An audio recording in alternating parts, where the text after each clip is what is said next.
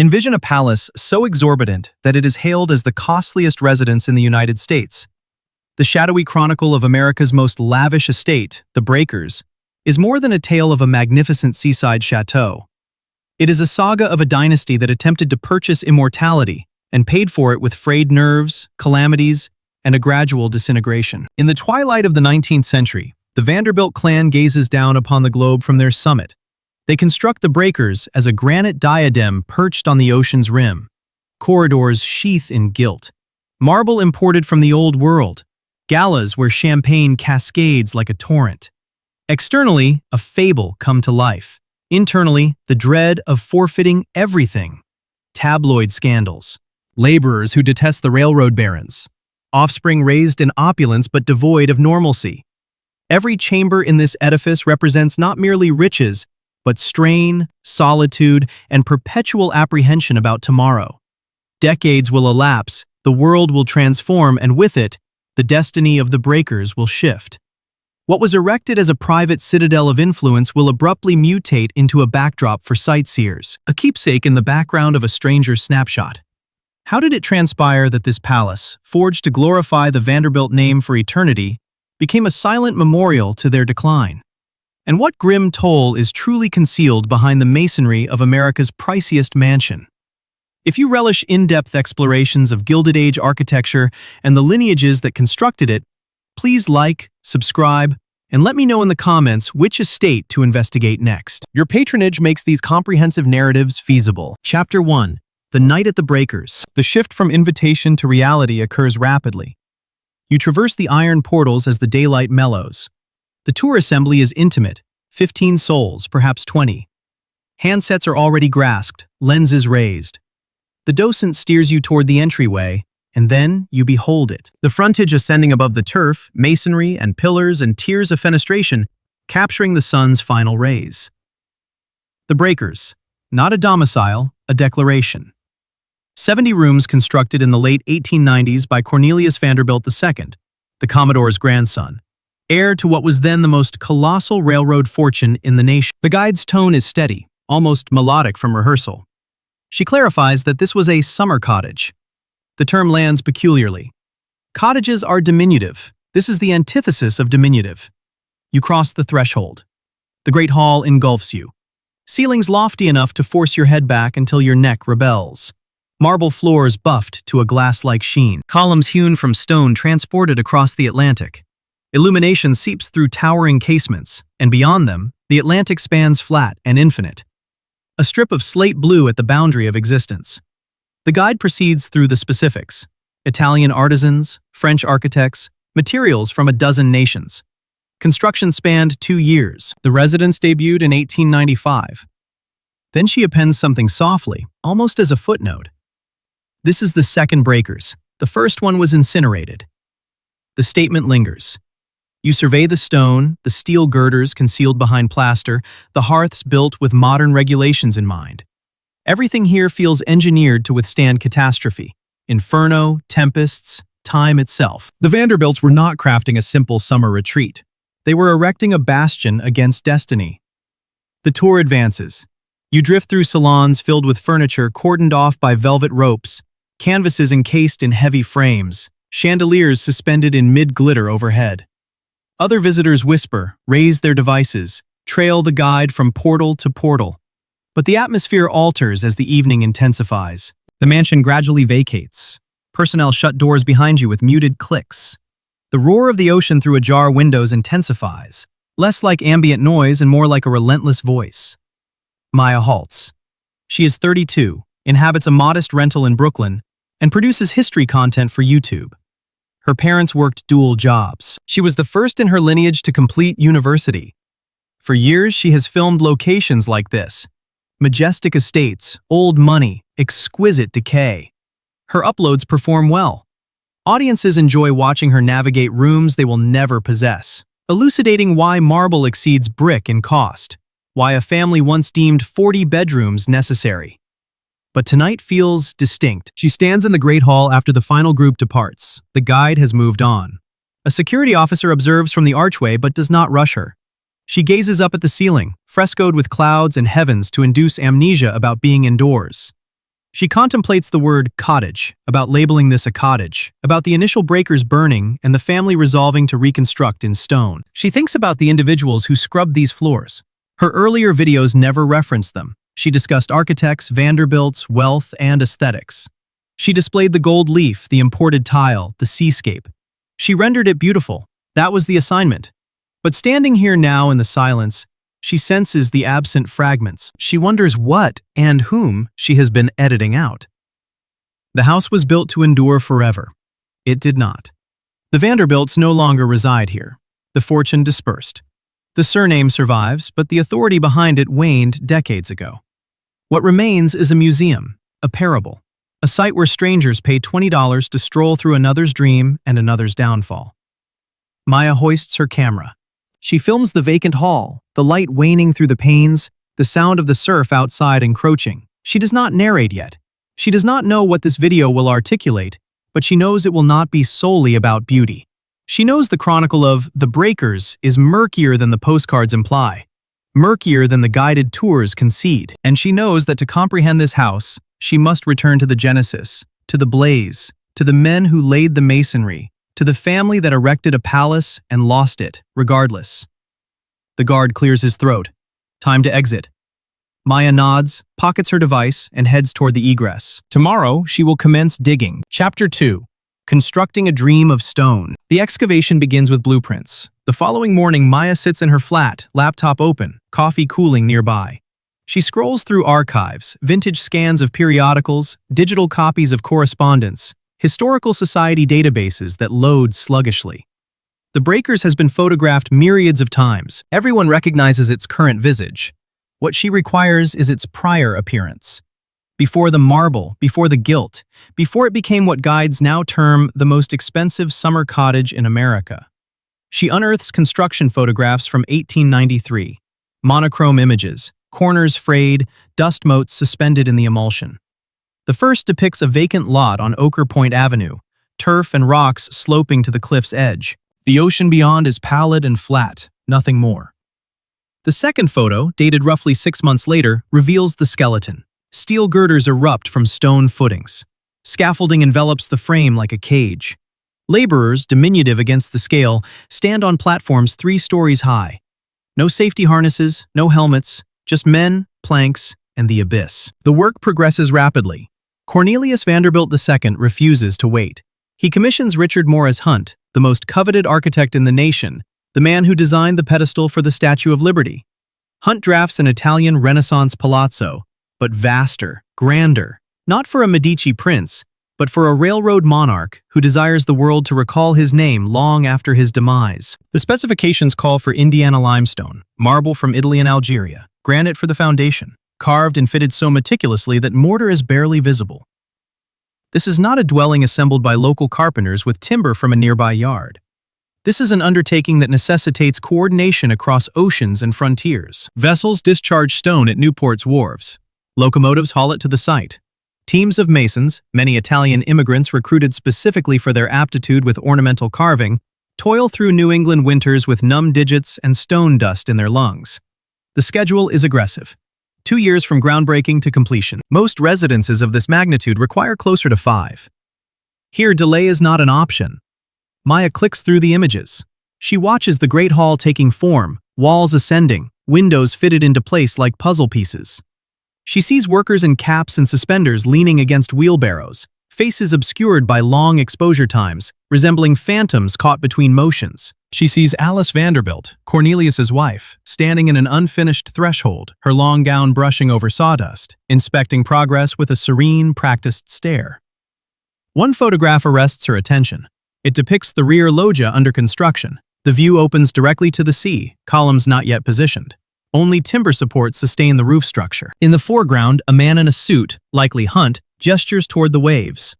Beside him stands Cornelius Vanderbilt, shorter than Maya anticipated, hands clasped behind his back, gazing not at the horizon, but at the raw husk of the house. The caption, handwritten in faded ink along the margin, reads, "Discussing fire safety measures." Fire safety. Maya leans closer to the screen. She opens a new tab and initiates another query. The first breakers, the one that burned. Details are scant. It was a timber mansion, substantial but not exceptional by Newport standards. Erected in the 1870s, on November 25, 1892, in the dead of night, it ignited. The inferno spread swiftly. The family escaped. The staff escaped. By morning, the house was obliterated. Newspaper accounts from the era depicted the scene in stark, clipped sentences. Flames visible from miles down the coast, the roof collapsing inward with a roar. Heat so intense that nearby trees combusted and windows in adjacent homes fractured. Cornelius reportedly stood on the lawn and observed it burn. He did not speak. He did not weep. He simply watched until there was nothing left to view. 3 months later, he purchased the land outright and began anew. This time he told Hunt, "Nothing flammable. No wooden frame, no shingle roof, no decorative timber that might convert into kindling. Stone, steel, tile, and plaster. If it could combust, it would be excluded. The second breakers would be a citadel, not against invading legions, but against fire itself." Maya scrolls back to the construction photo. She scrutinizes Cornelius's face, blurred but intent, eyes riveted on the unfinished structure. She wonders what he was contemplating in that moment. Whether he truly believed stone could shield him from the next catastrophe, whether he thought wealth and planning could outvote destiny, could erase the memory of watching his first home implode. She saves the image. Then she begins drafting the next segment of her script. The part about terror disguised as ambition, about a man erecting a palace on the ashes of the last one, attempting to transmute anxiety into architecture. Chapter 3. Inferno, Panic, and a Second Chance. The dread was not irrational. Conflagrations in the Gilded Age were not anomalies.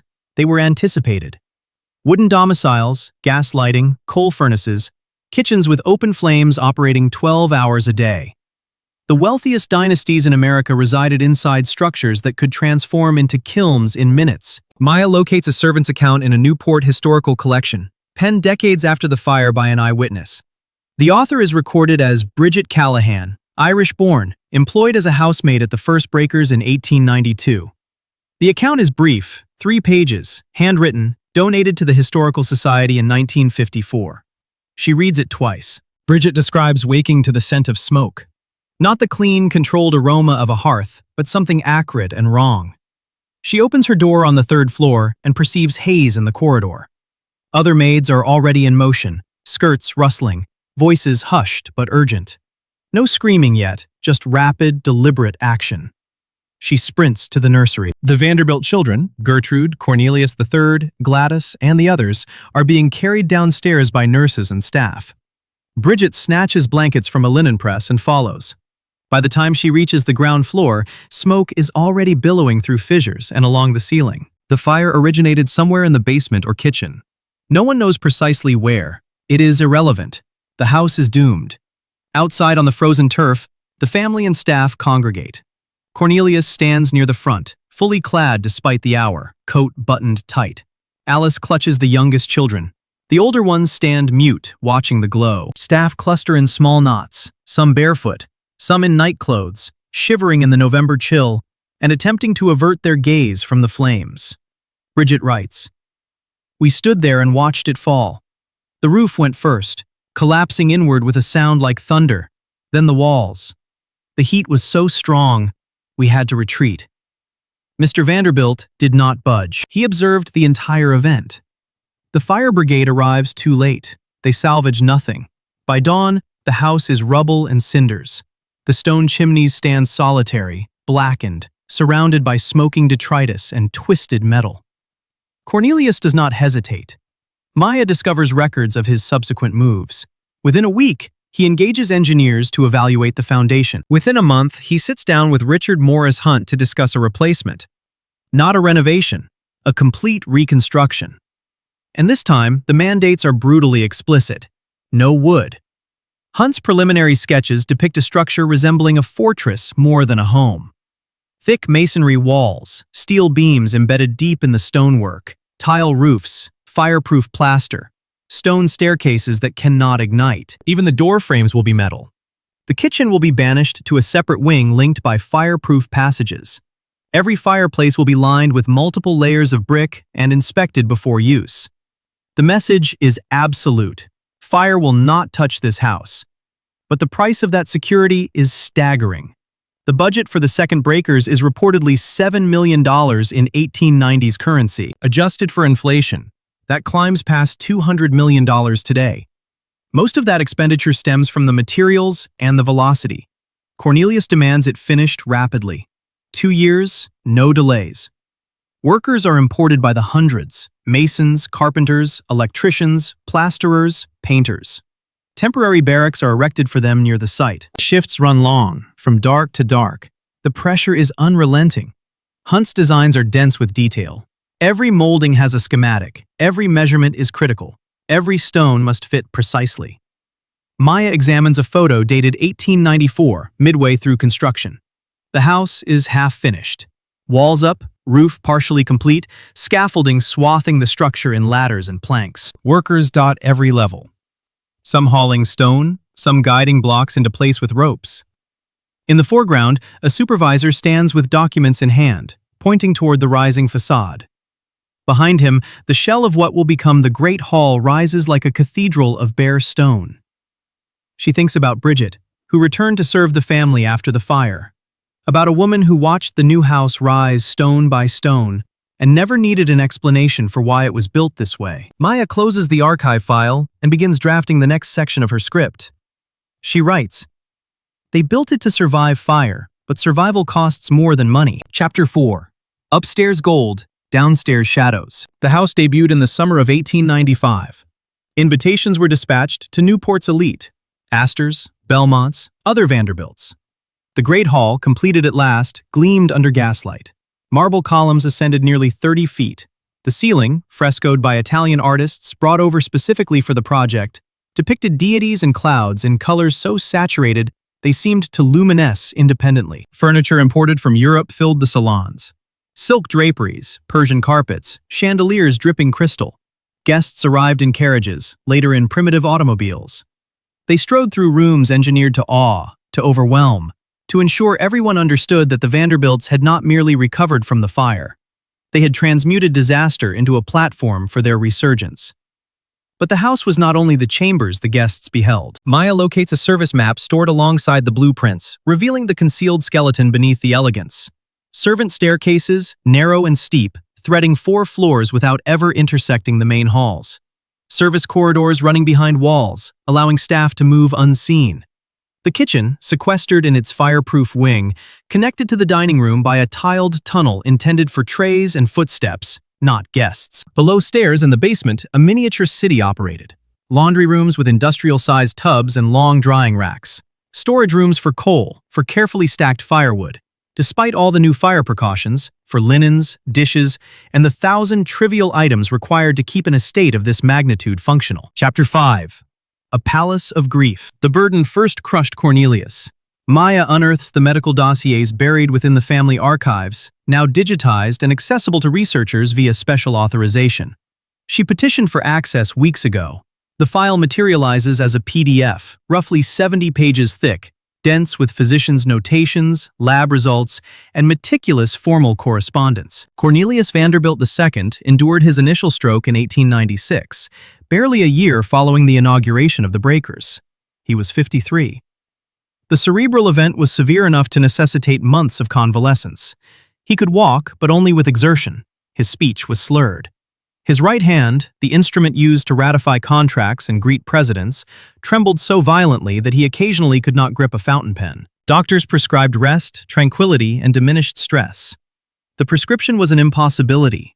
He was the titan of the New York Central Railroad, the most extensive transportation network in the nation. He governed investments, real estate, personnel, and a sprawling web of familial duties. The strain was unrelenting. And now, after expending $7 million on an edifice constructed to shield him from conflagration, his own physiology was disintegrating from within. Alice assumed the stewardship of the breakers. She coordinated with the domestics, orchestrated events, and upheld the social itinerary. The residents had to appear flawless. That was not merely vanity, it was survival. In Newport society, visible infirmity was lethal. Dynasties scrutinized one another, calibrated one another, waiting for symptoms of decay. If the Vanderbilts faltered, others would occupy the void they vacated. So Alice beamed. She presided over banquets while Cornelius recuperated upstairs. She strolled the cliff walk with guests, highlighting the panorama, remarking on the sea breeze, debating music and politics, never alluding to her husband's affliction unless directly queried. When questioned, she would state he was resting, ameliorating, expected to rejoin them shortly. He did not ameliorate. In 1899, Cornelius suffered a second stroke. This episode left him partially paralyzed. He spent his final months confined to a wheelchair, shuttled between chambers by servants, unable to articulate clearly, capable of observing but not commanding. He perished on September 12, 1899, at the Breakers, in a bedroom overlooking the ocean he had paid a fortune to claim as a vista. He was 55. Maya scans the obituaries. The New York Times grants him a full front-page spread. Cornelius Vanderbilt dead. The head of the Vanderbilt family passes away at his summer home. The article catalogues his triumphs, his affluence, his railways, his properties. It mentions his widow and progeny. It omits the strokes, the protracted malady, the slow, humiliating unraveling of a potent patriarch.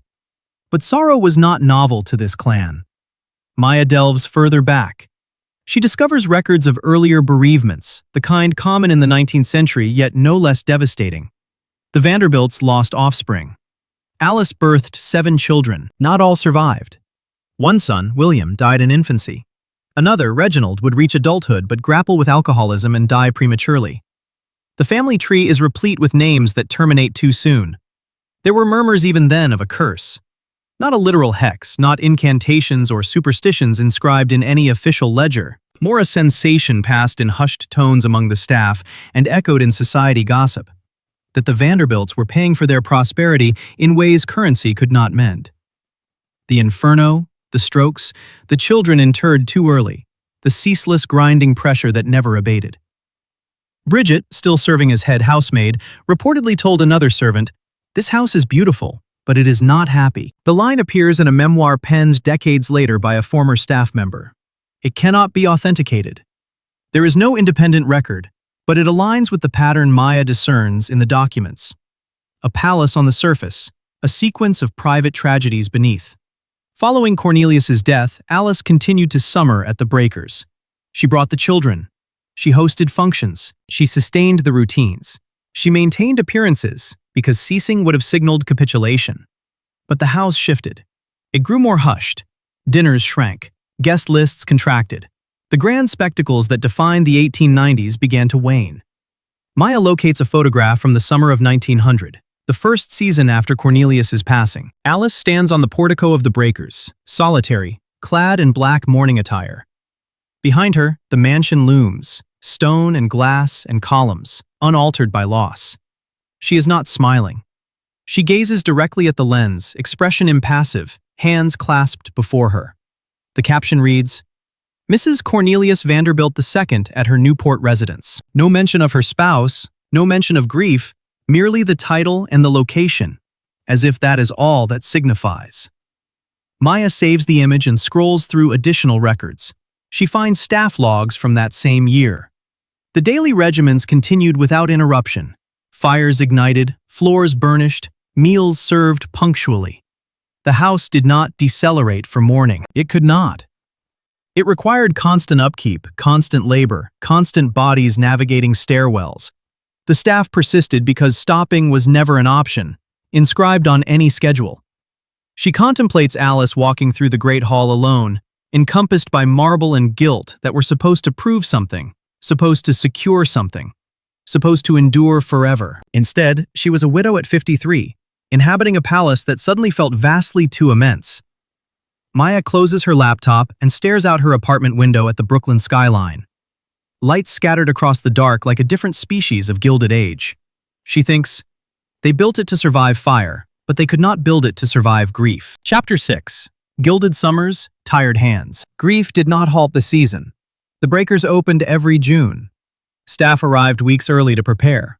Dust covers were removed, windows were scrubbed until they vanished in the light. Gardens were pruned back into geometric precision. By the time the family appeared at the threshold, the house had to look as if it had been waiting all year, frozen in perfection, solely for them. Alice upheld the tradition through the early 1900s. Through the years following Cornelius's death, she returned each summer. Her children accompanied her, now mature, some wedded, some bringing offspring of their own. The house filled again, not with the raucous showpiece galas of the 1890s, but with familial gatherings, intimate dinners, afternoon teas on the loggia overlooking the Atlantic. Newport society still observed. Other dynasties erected their own palaces along the cliffs: Marble House, Rosecliff, the Elms. The rivalry was quiet but relentless. Who retained the most celebrated architect, the most extravagant interiors, the guest list people whispered about? The Vanderbilts remained near the apex, but maintaining that position demanded increasing exertion every year. Maya uncovers a household expense ledger from 1905. The figures are staggering. Staff wages alone amount to more than $15,000 annually. Provisions and supplies add another $10,000. Maintenance, repairs, coal for heating, gas for illumination push the total up by roughly $20,000 more. Insurance, property taxes, groundskeeping sit atop that. Altogether, the house costs around $60,000 a year to operate for roughly 3 months of actual occupancy. $60,000 in 1905, well over $2 million in today's currency. And that still excludes the cost of entertaining, of wardrobes, of travel, of all the invisible expenditures required just to inhabit a house like this and retain a foothold on the social ladder. Bridget is still present, now in her late 40s, still head housemaid, still ascending the service stairs every morning before dawn. Her hands, according to a brief note in a younger staff member's diary, are stiff with arthritis. 2 decades of scouring stone and polishing silver have eroded the joints. But she labors, she must. A position at the breakers means reliable wages, and reliable wages are scarce. The diary, written by a younger maid named Catherine Nannery, sketches a typical day in the summer of 1908. Wake at 5 a.m. Ignite fires in the family bedrooms. Lay out clothing selected the previous night. Prepare wash water and towels. Return to the servants' quarters for breakfast around 6. Back upstairs at 7 to commence chamber duties. Emptying chamber pots, making beds, tidying rooms, then dusting and sweeping the main halls, polishing brass fixtures until they gleam. Verify that fresh blooms stand in every occupied room. Lunch at noon in the servants' hall. Bread, soup, cold cuts, 15 minutes. Afternoon tasks: sorting and mending laundry, preparing guest rooms for arrivals expected later in the week. Tea service at 4 p.m., which entails setting out china and linens, arranging trays, hauling hot urns up from the kitchen. Dinner service begins at 7 p.m. Staff eat only after the family and guests have concluded, sometimes not until 10 o'clock at night. Bed around 11 o'clock, up again at 5 o'clock. 1 afternoon off per month, no exceptions, unless illness renders work impossible. An illness often leads directly to dismissal. Catherine writes, "Bridget told me this is easier than it used to be. I cannot imagine what used to be was like." Above stairs, life moves to a different cadence. Alice's daughter, Gertrude, now a young woman, spends her summers painting, hosting, attending dances at other Newport estates. She attends balls, receives callers, plans ensembles, travels to Europe in the off-season. She will later become a respected sculptor and philanthropist. But in these years, she is still learning how to perform the role her class demands. Her younger brother, Cornelius III, works on family business interests, learning the railroad systems his father once controlled. He marries, has children, brings them to the breakers each summer. Another generation sprints on the same lawn, plays the same games, poses for the same style of photographs. The house looks timeless. That is the objective. Grand architecture, classical lines, stone and marble meant to outlive everyone who dwells inside. Walk through the breakers in 1895 or 1910, and you would see virtually the same tableau. The same great hall, the same staircase, the same vista of the ocean beyond the lawn. But underneath, the strain is visible in the records. Staff turnover climbs. Younger workers, especially recent immigrants who once filled domestic positions, are discovering other options. Factories pay comparable wages with fewer restrictions. You can walk out the door at the end of your shift. You can choose your own lodgings, your own evenings. You do not have to sleep beneath your employer's roof and wake before sunrise for someone else's schedule. Bridget trains new maids constantly. They stay for a season, maybe 2, then depart for jobs in town. The labor is too arduous, the hours too long, the pay too meager for what the house extracts from their bodies. Alice notices. She has to. A household like this only operates smoothly when the staff know their roles by rote, and people who know their roles are becoming harder to replace. Maya films the servants' quarters on the preservation tour. The rooms are cramped, just large enough for a narrow cot and a chair. Some lack windows entirely. The corridors between them are tight and unadorned, painted a flat, utilitarian white. The contrast with the gilded ceilings and marble upstairs is so stark that visitors often fall silent when they step through the threshold. The guide tells the group, service was considered an honor, but it was also exhausting. Maya thinks about Bridget's hands, swollen and aching, still wrapped around a polishing cloth at 48. She thinks about Catherine's diary, the 15-minute lunch, the 5 a.m. wake-up repeated day after day, summer after summer. She contemplates that word honor and who actually paid the toll for it. Chapter 7. War, Water, and the Family Curse. The world shifted in 1914. War erupted in Europe. At first it felt remote, headlines from another continent. A predicament for other nations, other families. The Vanderbilts maintained their summers at the breakers. Guests still arrived. Dinners still occurred. The routine held. But the conflict edged closer. In 1915, a German submarine torpedoed the RMS Lusitania off the coast of Ireland. The vessel sank in 18 minutes. Nearly 1,200 people perished. Among them was Alfred Vanderbilt, Cornelius's younger brother, one of the wealthiest men in America. He was 37. Survivors later described him surrendering his life jacket to a young mother and remaining on deck as the ship went under. Newspapers hailed him as a hero. The family called him gone. Alice received the news at the breakers. Maya locates a letter she wrote to a confidant shortly afterward, archived in a private collection and later donated. The handwriting is steady, controlled.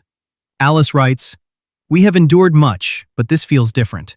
The ocean, which we have always loved, has taken someone dear." The sea outside the breakers, once a pristine backdrop, now carried a different gravity. Staff noticed the alteration.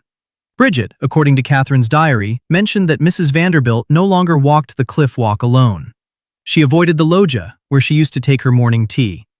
The view that had sold the house now looked more like a menace than an ornament. The whispers about a curse grew louder. Not openly, never in front of the family, but in the servants' quarters, in corridors after the household retired. The notion circulated. The fire, Cornelius's strokes, the children who died young, now Alfred drowned at sea. Some staff, especially those who had been with the Vanderbilts for years, began to discern patterns where others might see coincidence. Catherine writes, Bridget says, "The house is unlucky." She says, "Stone cannot protect you from fate." I do not know if I believe in curses, but I know this family has suffered. The war reached America in 1917. Young men enlisted or were conscripted. Footmen, gardeners, stable hands departed for military service. Some never returned. Catherine's diary terminates abruptly in May of that year. The final entry mentions her brother joining the army. There are no further pages. Whether she left service, relocated, or simply ceased writing, the records do not reveal. The house carried on with fewer personnel. Rooms that once were dusted and polished daily were now cleaned weekly. Some guest bedrooms remained shuttered for entire seasons. Furniture draped in sheets, blinds drawn. The breakers began to feel less like a summer palace, and more like a colossal house straining to uphold an old concept of itself. Alice was in her 70s now. She still came to Newport, but her stays grew briefer. The social calendar thinned. Other families faced similar pressures. Sons and nephews were overseas, servants were scarce. The elaborate parties that had defined the Gilded Age were dissolving under the weight of a modern war. Maya finds photographs from 1918, the final year of the conflict. One shows the Great Hall, vacant, sunlight slanting through the windows onto floors that look slightly dusty. No guests, no activity, just volume and light. Another shows the front lawn.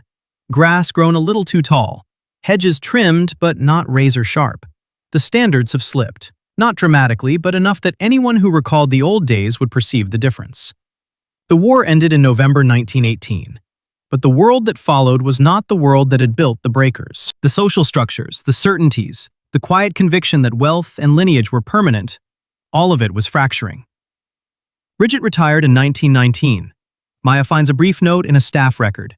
Bridget Callahan, head housemaid, retired after 27 years of service, pension provided. 27 years from the night of the fire to the year after the war ended. She would have been around 51, though records of her exact age conflict. Her hands, back, and knees worn down by almost 3 decades of stairs, stone, and soap. The pension is listed as $50 a month, enough to survive on, barely. Bridget moved to a boarding house in Providence. She died in 1923, 4 years of retirement after 27 years of servitude. Maya sits with that number, 4 years. She looks again at the photograph of the empty Great Hall, light on dusty floors, and thinks about all the bodies that once moved through that space to keep the marble shining, the curtains straight, the illusion intact. The curse, if there was one, was not supernatural. It was simpler. It was the belief that money and stone could hold back time, that a fortune could shield a family from loss, that you could pour grief into limestone and marble and transfigure it into something permanent. The ocean outside kept moving, the world kept changing, and the breakers, for all its strength, could not halt either. Chapter 8. Taxes, Unions, and the Shrinking Servant Class. The arithmetic stopped working after the war. Maya pulls up estate records from the 1920s, now accessible through historical archives. The expenses at the breakers remain almost unchanged. Maintenance, staff, utilities, taxes. But the income that once covered those bills is shrinking. In 1916, the federal government introduces a new levy, the estate tax. Wealth passed from one generation to the next will now be taxed.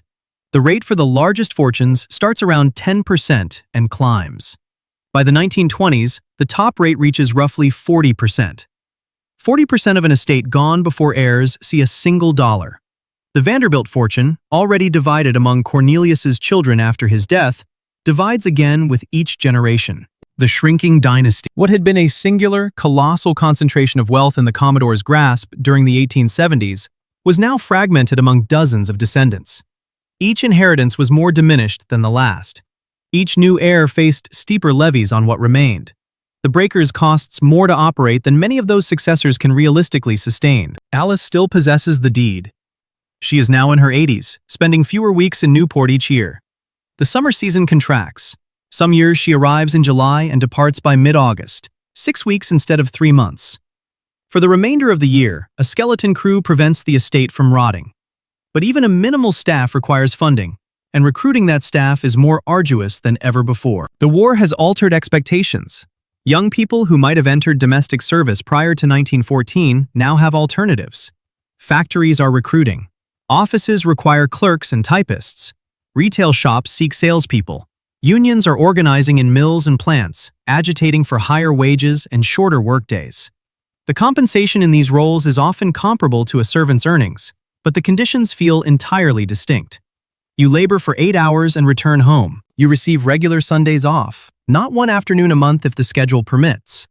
You are not living under the perpetual scrutiny of your employer, sleeping in a chamber they own, obeying rules posted on their wall. Bridget's niece, Ellen, chooses a textile mill in Fall River over a housemaid position at the breakers. Catherine's diary had mentioned her once, describing her as sharp and quick, would do well in service. Ellen dissents. She has other aspirations. Maya locates an oral history interview conducted in the 1970s with Ellen. By then, in her 80s, Ellen explains the decision without theatrics. I could have gone to Newport like my aunt. Good family, steady work, but I wanted my own life. At the factory, I finished at 5 and the time was mine. I could go to the cinema. I could meet friends. I was not polishing someone else's silver until midnight. The staff dining room at the breakers, once teeming and boisterous, now has vacant chairs. Positions go unfilled. The labor is distributed among whoever remains, one person performing the duties of 2, sometimes 3. Standards slip again. Rooms are cleaned less frequently. Minor repairs are deferred. The house, designed to be flawless, begins to exhibit hairline fractures. Paint peels in the service corridors, wallpaper loosens at the seams. Fine fissures spiderweb through the plaster. Nothing a casual guest in the Great Hall would discern yet, but obvious to anyone who inhabits and labors in the back hallways. Alice notices. She has to. Estate records reveal attempts to trim expenditures. Staff wages are adjusted on paper, but not meaningfully increased. Certain roles vanish entirely. The head gardener's position is reduced to part-time. Laundry is outsourced instead of laundered in the house's massive tubs. Dozens of minor austerities. None dramatic in isolation, but all necessary. Other Newport families face the same arithmetic. Some divest their estates outright. Marble House is leased to another clan. Rosecliff changes proprietors. The Elms is sold after its original owner passes. The The colossal edifices that defined the Gilded Age are being abandoned or transferred because the people who built them, or their children, can no longer justify the cost of retaining them. The Breakers remains in Vanderbilt hands, but the strain is evident in the correspondence. Maya discovers a letter from Alice to her daughter Gertrude, dated 1925. Alice writes, "The house is too large for the use we make of it, yet I cannot bring myself to part with it. Your father built it to last, and I feel I owe it to his memory to see that it does." Obligation, not joy. The house has become a burden, a monument that must be preserved because relinquishing it would feel like betraying a vow. Gertrude, now a successful sculptor and philanthropist, reportedly suggests converting part of the estate into an art gallery or museum, opening the doors, at least partially, to the public. Alice refuses. The Breakers is a private residence. It will remain a private residence. But the question is now in the open. What do you do with a palace when you can no longer afford it but cannot bear to lose it? Maya stands outside the Breakers during her research trip. Gazing up at the facade, tourists stream past her, phones raised, capturing fleeting photos before moving on to the next attraction. She thinks about Alice in the 1920s, pacing those same halls, feeling the weight of a house that has outgrown its era and its purpose. The stone is still robust, the structure sound, but the world it was constructed for has vanished, and the family clinging to it is running out of options. Chapter 9. From Private Palace to Public Tour. Alice Vanderbilt died in 1934. She was 89. She had outlived her husband by 35 years, outlived several of her children, and outlived her world. The Breakers was built to dazzle. The house passed to her youngest daughter, Gladys, Countess Széchenyi, who had married a Hungarian aristocrat and spent most of her time in Europe. Gladys inherited a palace she barely utilized. The Great Depression was grinding through its fifth year. Unemployment hovered near 25%. Banks collapsed, fortunes evaporated in months. The Vanderbilt wealth, already diluted by taxes and inheritance divisions, shrank further. Keeping the Breakers operational shifted from difficult to nearly impossible. The annual operating cost had not decreased. If anything, it had crept upward. Repairs could not be postponed indefinitely. Roofs leaked, stone joints failed and required repointing. Salt air from the Atlantic gnawed at metal and warped wood. Even a house built to withstand fire needed constant labor just to withstand time. Gladys faced a choice: sell the house and accept whatever followed, demolition, subdivision, conversion into apartments, or find another model altogether. All around her, other estates were vanishing.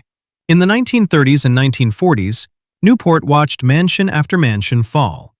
In many cases, the land was worth more than the structures. Developers bought properties, razed the great houses, and replaced them with modest homes or apartment blocks. The era of the private palace was terminating under the weight of taxes, maintenance, and shifting tastes. The Breakers survived because of a compromise.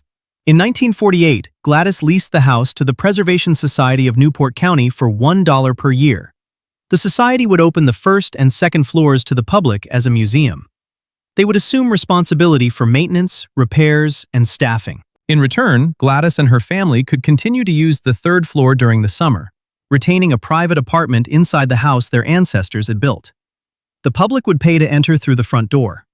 Maya finds the original lease agreement, scanned and digitized. The language is formal but explicit. The Preservation Society assumes liability for all public areas. The family retains private quarters upstairs. Ticket revenue funds upkeep and restoration. No one gets rich off the arrangement, but both sides keep the building standing. On July 31, 1948, the Breakers opened to the public for the first time. Tickets cost $1. Queues formed outside the gates. Teachers, factory workers, nurses, shopkeepers, people who never would have received invitations during the Gilded Age, now walked up the same drive, paid their $1, and stepped into the Great Hall. Maya finds a newspaper article from opening day.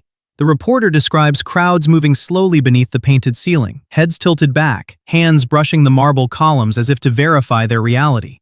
One visitor, a schoolteacher from Providence, is quoted, "I never thought I would see the inside of a place like this. It is like stepping into a history book." Not everyone saw only magic. Some of the former staff, now elderly, returned for the opening. A few were hired as guides, narrating rooms they once scrubbed. Others simply wanted to see the house again. This time as visitors, not as workers slipping up the back stairs. Ellen, Bridget's niece, attended opening day. In her oral history interview, She recalls walking into the servants' quarters, now included on special tours. I stood in the room my aunt lived in for 27 years. It was tiny, cold. The tour guide talked about how hard the staff worked, and people seemed surprised. I was not surprised. The house had become a story about itself, not just a tale of the Vanderbilts and their galas, and not just an architecture lecture. The narrative now had to encompass the entire structure: wealth and labor, beauty and cost, the rooms upstairs and the narrow corridors below. Attendance climbed year after year. By the 1950s, tens of thousands of people were walking through the breakers annually.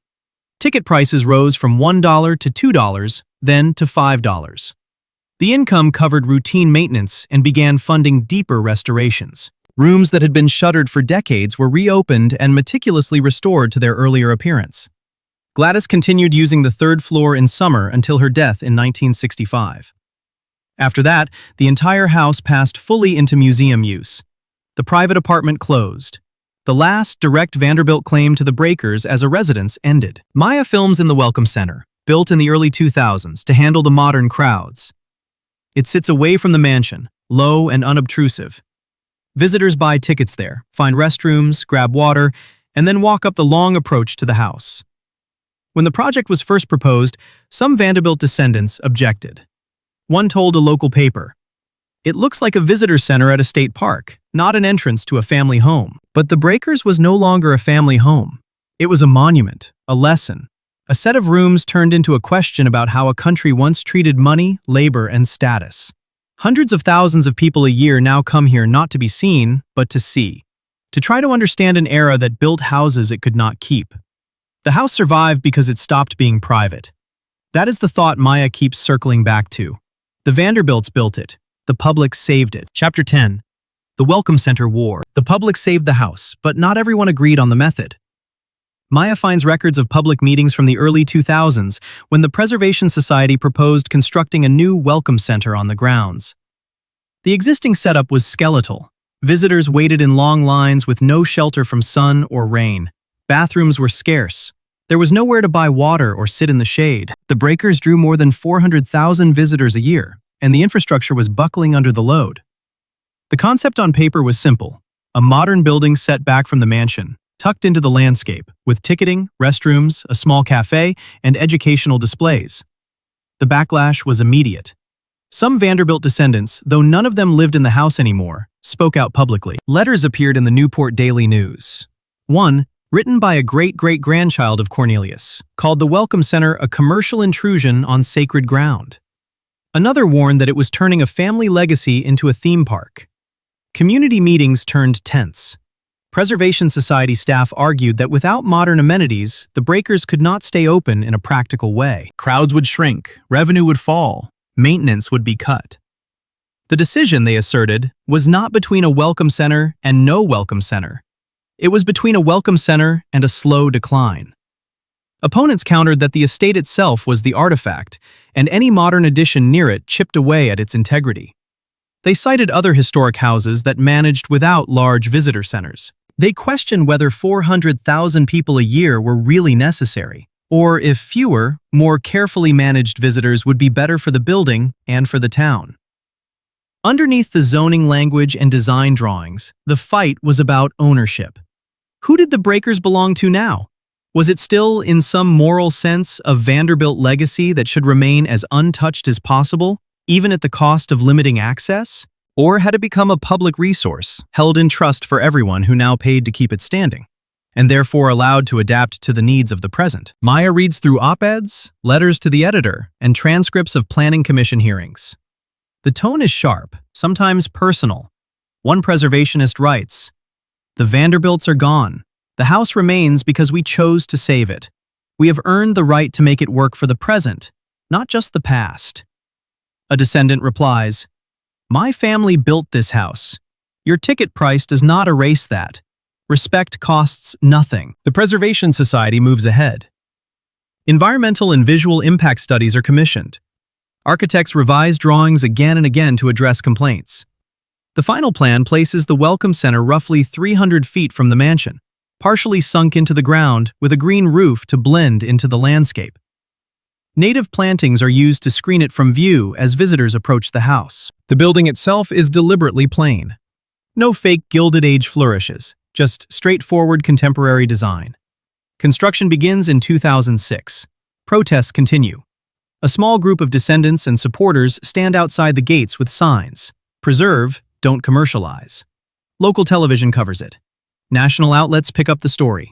For a short time, the Breakers is back in the news, not for its marble or its parties, but for an argument over a bathroom and a cafe. The Welcome Center opens in 2009. Maya visits it on her research trip. It is, as promised, unobtrusive. From the mansion, you barely notice it. Inside, it is bright, efficient, and crowded. Families buy tickets at the counters. Children dart toward the restrooms. Elderly visitors sit on benches to catch their breath. A small cafe sells coffee, sandwiches, and bottled water. Along one wall, panels explain the history of the Breakers, the Gilded Age, and the people who built and worked in the house. She watches a school group cluster near the exit doors.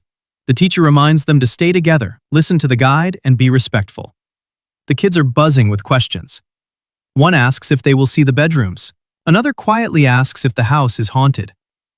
The guide smiles and leads them along the path toward the mansion. Maya thinks about the years of meetings and letters, the accusations of theme park and sacred ground. She wonders if the loudest opponents ever come here now, if they see what this building actually does, not cheapen the house, but enable it. Without these restrooms, without this shade, without a place to buy a drink on a hot day, fewer people would come. Without people, there would be no ticket revenue. Without revenue, a stone giant on a windy cliff would slowly peel, crack, and rot. The equation is simple. The emotions around it are not. She films the steady flow of visitors moving between the Welcome Center and the mansion. Families with strollers, retirees with cameras, teenagers taking selfies on the lawn. Some are deeply engaged, reading every plaque. Others just want a pretty background for a photo. All of them paid to cross the threshold.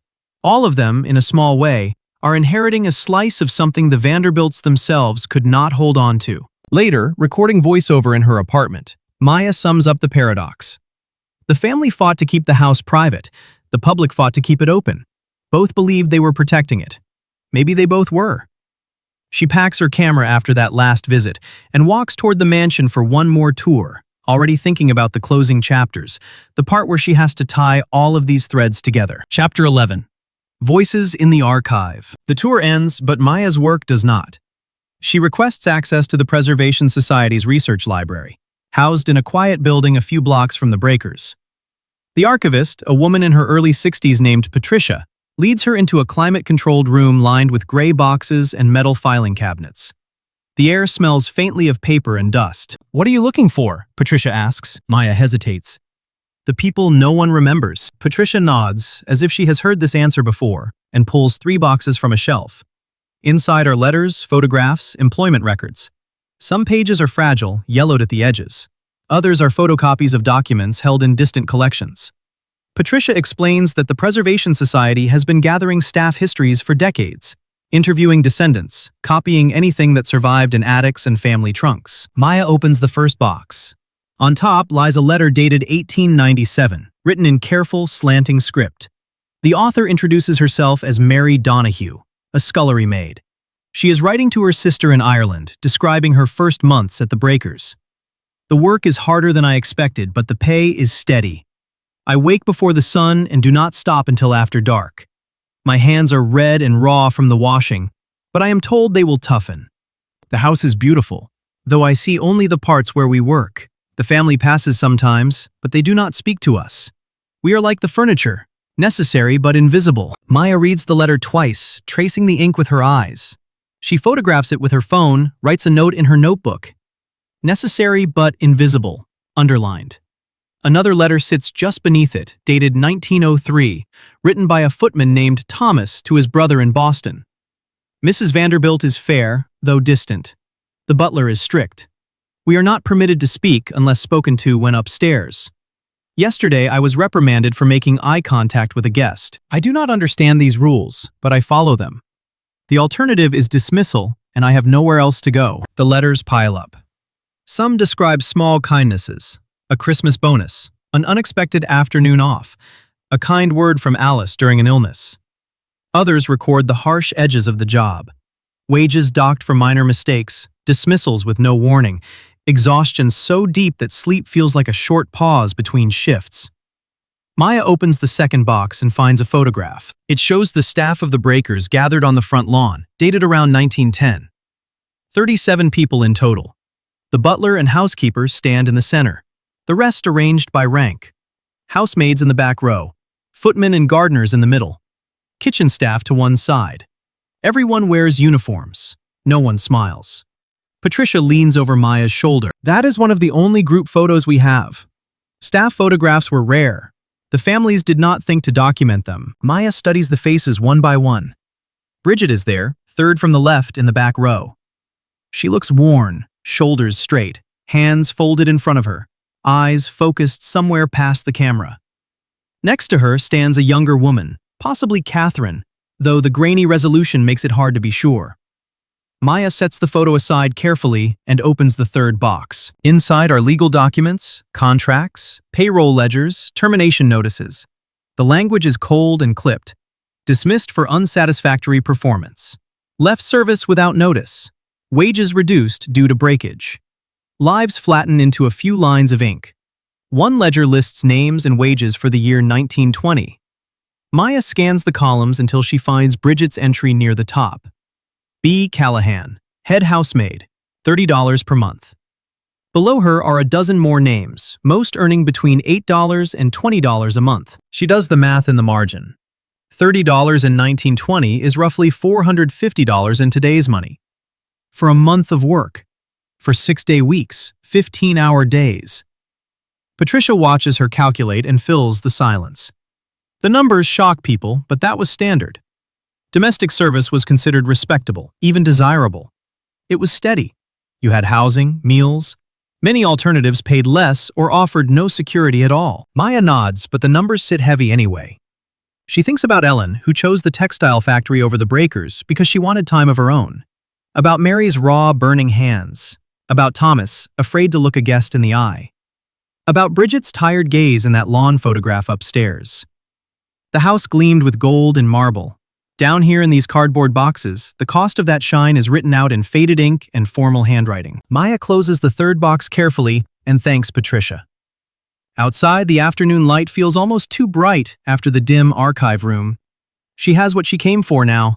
The voices, the names, the wages, the rules, the pieces that turn a palace back into a workplace. The story of the breakers is not just the Vanderbilts. It is everyone who made the illusion function. Everyone who polished the marble, lit the fires, carried the trays, and then slipped out of the frame because no one thought they mattered enough to remember. Until now. Chapter 12. Preservation in Progress. Maya returns to the breakers the next morning for a different kind of tour. The Preservation Society offers specialized access for researchers and filmmakers. Patricia has arranged it. A conservator named David meets Maya at a side entrance, away from the public flow. He wears work clothes, carries a clipboard, and moves with the ease of someone who knows every inch of the building. "We will start on the third floor," he says. That is where most of the active work happens. They climb a narrow staircase, not the grand main stairs the tours use, but a service route. The walls here are plain. No wallpaper, no gilding, just plaster and the occasional pencil mark left by workers long gone. The third floor is a revelation. Rooms stand empty, furniture removed. Scaffolding fills one hallway. Drop cloths cover the floors. Conservators work quietly, methodically. One kneels beside a wall, carefully lifting away layers of old wallpaper with a small blade and tweezers. Another photographs damage to a plaster medallion on the ceiling, then notes measurements on a tablet. As they walk, David narrates. "The public sees the finished rooms," he says. "They see 1895, or what we have reconstructed to resemble 1895. Up here we see everything else. The repairs, the compromises, the choices we make every day about what to save and what to let go." He stops at a doorway. Inside, a bedroom has been stripped to bare walls. Patches of different paint colors dot the surface like a grid. Pencil labels beneath each swatch list pigments, dates, sources. "We are repainting this room based on archival research," he explains. "We found photographs, paint samples, even invoices from the original decorators. But the exact shade is still a best estimate. Paint fades, Light shifts it. We test several formulas and choose the one that feels closest to what it would have been. Maya films while he talks, then asks how they decide when to stop testing. We aim for authenticity, but we also have to think about durability, David says. Modern paints last longer, handle humidity better. We use period-appropriate colors with contemporary materials. Visitors do not notice the chemistry. The house does. They move on to another room, where a section of ceiling has been removed, exposing dark wooden beams beneath the plaster. David points to a series of deep stains. Water damage, he says. Probably from the 1950s or 1960s when the house sat mostly empty. The roof leaked. No one addressed it right away. By the time the Preservation Society took full control, some of this was already done. We repair what we can. We document what we cannot. The work is slow, precise, and expensive. David pulls out his tablet and scrolls to a budget projection. The Breakers needs approximately $3 million every year just for basic maintenance and conservation. That figure does not include major projects such as the roof replacement completed in 2015, which cost an additional $5 million. Ticket revenue covers most of it, David says. Donations and grants fill in the gaps. Without public access, this house would not survive. The math is blunt. They descend to the second floor, following a staff corridor that suddenly opens into one of the grand bedrooms. The transition is jarring. Plain walls on one side of the doorway, gilded surfaces, and heavy drapes on the other. David pauses in the threshold. This is what the house has always been, he says. Two worlds side by side. We preserve both now. Not only the marble and gold, but the service stairs, the plain halls, the infrastructure that made the splendor work. Maya asks if that has always been the philosophy. No, he admits. Early restorations focused almost entirely on the showpiece rooms, the public spaces. Over time, we realized that left half the story untold. Now we include servant spaces on tours. We talk about wages, working conditions, the people who lived here and were never meant to be seen. He leads her into a small exhibit installed in what used to be the housekeeper's office. On the walls hang enlarged staff photographs and copied employment records. A recreated housemaid's uniform sits on a mannequin. A placard breaks down daily routines, pay scales, and the reality of domestic service in the Gilded Age. Visitors drift through, reading quietly. Some take photos of the uniform. Others glance at the text and move on quickly, uncomfortable or uninterested. David watches them for a moment. Not everyone wants this part, he says softly. They come for the fairy tale. We give them history instead. That can be a harder sell. Maya thanks him and steps back into the corridor. She films the hallway, the pivot point where plain plaster gives way to ornament, the thin border between beauty and the labor that maintained it. She thinks about the conservators upstairs working in stripped rooms, making careful decisions about paint, plaster, and what counts as original enough. About David's line that preservation is not freezing time, but choosing what the present decides to inherit. The house is not a ruin.